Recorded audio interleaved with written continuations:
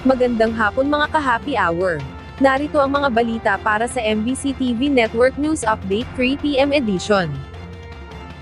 Mapanganib, agresibong pagmamaniobra ng mga barko ng China sa Baho de Masinloc, isa lamang sa napakaraming paglabag sa rules-based law. Hindi ikinagulat o ikinaalarma ni Defense Secretary Gilberto Teodoro Jr., ang panibagong agresibo at mapanganib na pagmamaniobra ng mga barko ng China sa Baho de Masinloc, bagkus ay inaasahan na niya ito. Ito'y makaranas muli ng panggigipit ang BRP Emilio Jacinto mula sa 3 barko ng China sa nasabing karagatan, habang nagsasagawa ng lehitimong pagpapatrolya. Sa ambush interview kay Teodoro, matapos ang pagsasara ng balikatan exercises, sinabi nito na valedictorian, na aniya ang Communist Party ng China, sa paglabag sa rule of law sa West Philippine Sea. Kaya dapat pagigihan pa ng Pilipinas ang mga ginagawa nitong paghahanda, gayon din ay palakasin ang kakayahan nito sa aspeto ng depensa. Bukod tangi po sila, no? Valedictorian po sila saka hindi kasusunod ng rule of law. Of course, hindi pwede siguro akong ma-disappoint sa latest na nangyayari. Hindi disappoint yun, expected yun. Kaya kailangan paghandaan itong mga ito, no? At tutulan.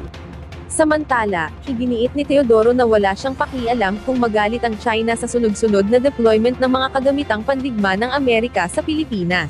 Layunin kasi nito na palakasin ang kakayahan ng mga Pilipino, sabay giit na hindi ito naghahanap ng gulo.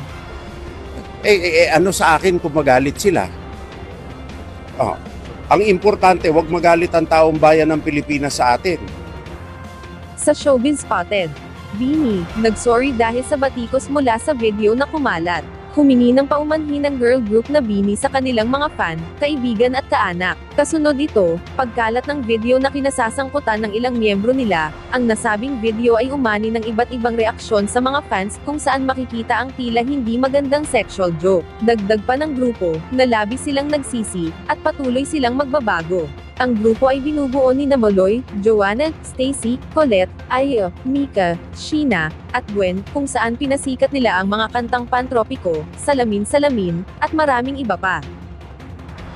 At yan ang mga balita para sa MBC TV Network News Update 3 PM edition.